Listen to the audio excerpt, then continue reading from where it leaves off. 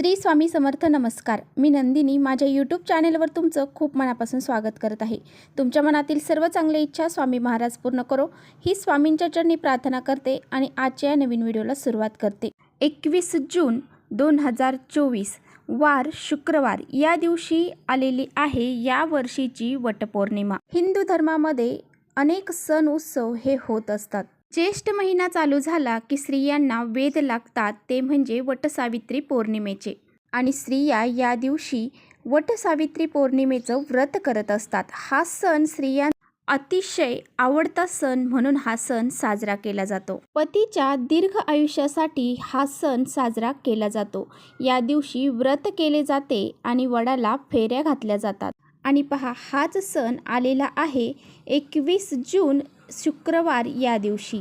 आणि त्यामुळेच बघा त्या दिवशी स्त्रिया व्रत करत असतात आणि त्याचबरोबर वडाला फेऱ्या घालून पतीच्या दीर्घ आयुष्याची कामना करत असतात. 7 जन्म हाच नवरा मिळू दे असं त्या म्हणत असतात. त्याचबरोबर बघा, पौराणिक कथेनुसार सती सावित्रीने आपल्या पतीचे प्राण हे यमदूताकडून परत आणले होते. त्यामुळे ज्येष्ठ महिन्यातील शुक्ल पक्षातील पौर्णिमेला वटसावित्री पौर्णिमा ही साजरी केली जाते. आणि सर्व स्त्रिया हे व्रत करतात. आपल्या पतीच्या दीर्घ आयुष्यासाठी सुद्धा हे व्रत अतिशय महत्त्वाचं मानलं जातं. धार्मिक मान्यतेनुसार वडाच्या झाडामध्ये ब्रह्म, विष्णू आणि महेश हे वास करत असतात. याच वडाच्या झाडाखाली सावित्रीने आपल्या पतीला पुन्हा जीवदान दिलं होतं असं सांगितलं जातं. वडाचे झाड हे धार्मिकदृष्ट्या जेवढे महत्त्वाचे आहे, जेवढे पूजनीय आहे, तेवढेच ते शास्त्रीयदृष्ट्या सुद्धा दीर्घकाळ ते टिकते आणि भरपूर वर्ष ते जगते. त्यामुळेच या वडाच्या झाडाची पूजा प्रत्येक सौभाग्यवती स्त्री हे करत असते. आपल्या पतीच्या दीर्घ आयुष्याची कामना करत असतात. तर पहा, ही पूजा करत असताना काही नियम देखील महत्त्वाचे आहेत. तर पहा, म्हणूनच आजच्या व्हिडिओमध्ये मी तुम्हाला वटसावित्री पौर्णिमेला पूजेसाठी कोणत्या रंगाची साडी नेसावी हे तुम्हाला सांगणार आहे. कोणते ते शुभ रंग आहेत तर ते तुम्हाला आजच्या व्हिडिओमध्ये मी सांगणार आहे. आणि आपल्याला चुकूनही या 3 रंगाच्या साड्या घालायच्या नाहीत ते सुद्धा मी तुम्हाला आजच्या व्हिडिओमध्ये सांगणार आहे. त्यामुळे तुम्ही व्हिडिओ हा शेवटपर्यंत नक्की पहा, जेणेकरून तुमच्यापर्यंत योग्य ती माहिती पोहोचेल. आपल्या चॅनेलवर नवीन असाल तर चॅनलला लगेच सबस्क्राईब करा. असेच माहितीपूर्ण व्हिडिओ पाहण्यासाठी बेल आयकॉनलाही प्रेस करा, म्हणजे मी जेव्हा नवीन व्हिडिओ अपलोड करेन त्याचं नोटिफिकेशन सर्वात अगोदर तुम्हाला भेटेल आणि तुम्ही एकही व्हिडिओ मिस करणार नाही. पहा, आपल्याला या वटसावित्री पौर्णिमेच्या दिवशी या 3 रंगाच्या साड्या चुकूनही घालायच्या नाहीत. त्यातली पहिली साडी म्हणजे काळा रंग, त्यानंतर पांढरा रंग आणि निळा रंग. हे जे 3 रंग आहेत तर या 3 रंगाच्या साड्या आपल्याला चुकूनही घालायच्या नाहीत. कारण काळा रंग हा नकारात्मकतेचं प्रतीक मानले जाते. पांढरा रंग हा देखील नकारात्मकतेचं प्रतीक मानला जातो. त्यामुळे आपल्याला या दिवशी काळा रंग, पांढरा रंग तसेच निळा रंग यासारख्या रंगाच्या साड्या घालायच्या नाही. तर पहा, इतर दिवशी तुम्ही हे वस्त्र घालत असाल तर हरकत नाही, परंतु आपल्याला वटसावित्री पौर्णिमेला हे जे वस्त्र आहे तर ते घालायचे नाही. त्याचबरोबर तुम्हाला या 3 रंगाच्या बांगड्या देखील घालायच्या नाही. त्याचबरोबर या वटसावित्री पौर्णिमेच्या दिवशी कोणते जे 5 रंग आहेत तर ते शुभ रंग आहेत ते सुद्धा मी तुम्हाला सांगणार आहे. त्यामध्ये सर्वात महत्त्वाचा रंग आहे तो म्हणजे लाल रंग.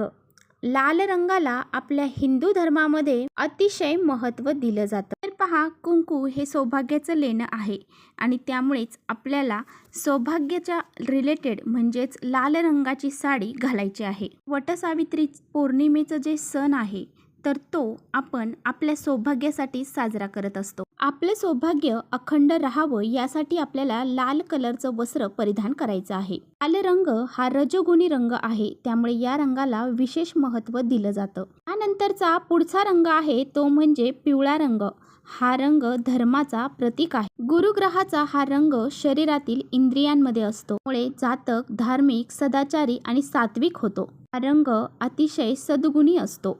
त्यामुळेच पहा, नवऱ्या मुलीला हळद लावताना पिवळ्या रंगाचेच वस्त्र परिधान केले जाते. हळद ही अंगावरती लावली जाते. आणि त्याचबरोबर जेव्हा आपण एखाद्या सुवासिनीला हळदी कुंकू लावतो त्यावेळेस त्या हळदीशिवाय त्या सुवासिनीचा मानपान हा पूर्ण होत नाही. त्यामुळेच आपण जर आपल्याकडे पिवळ्या कलरची साडी असेल तर ती तुम्ही परिधान करू शकता। यानंतरचा पुढचा रंग आहे तो म्हणजे हिरवा रंग। हिरवा रंग हा बुध ग्रहाचं प्रतिनिधित्व करतो। बुद्धीचा कारक असलेला हा रंग व्यापार, रंगभूमी, सिनेमा या क्षेत्रात तुम्हाला यश मिळवून देतो। हिरवा रंग हा फळप्राप्तीसाठी अतिशय शुभ मानला जातो। यामुळे तुमच्याकडे जर हिरव्या रंगाचं वस्त्र असेल तर ते तुम्ही परिधान करू शकता। यानंतरचा पुढचा रंग आहे तो म्हणजे केसरी रंग। हा रंग दैवी शक्तींचं प्रतिनिधित्व करत असतो। या रंगातून आशा व्यक्त होते। या रंगातून सकारात्मकता प्रभावित होते आणि त्या नकारात्मकतेचा नाश होतो। या रंगाच्या वापरामुळे निराशा जी आहे व्यक्तीची ती दूर होते आणि व्यक्तीच्या मनातील नकारात्मकता दूर होऊन जाते। व्यक्तीच्या मनामध्ये जे सकारात्मक विचार आहेत तर त्याचं फळ हे त्या व्यक्तीला मिळत असतं। त्यामुळेच तुम्हाला या दिवशी केसरी रंगाचं वस्त्र देखील परिधान करता येणार आहे। त्यानंतरचा पुढचा रंग आहे तो म्हणजे गुलाबी रंग।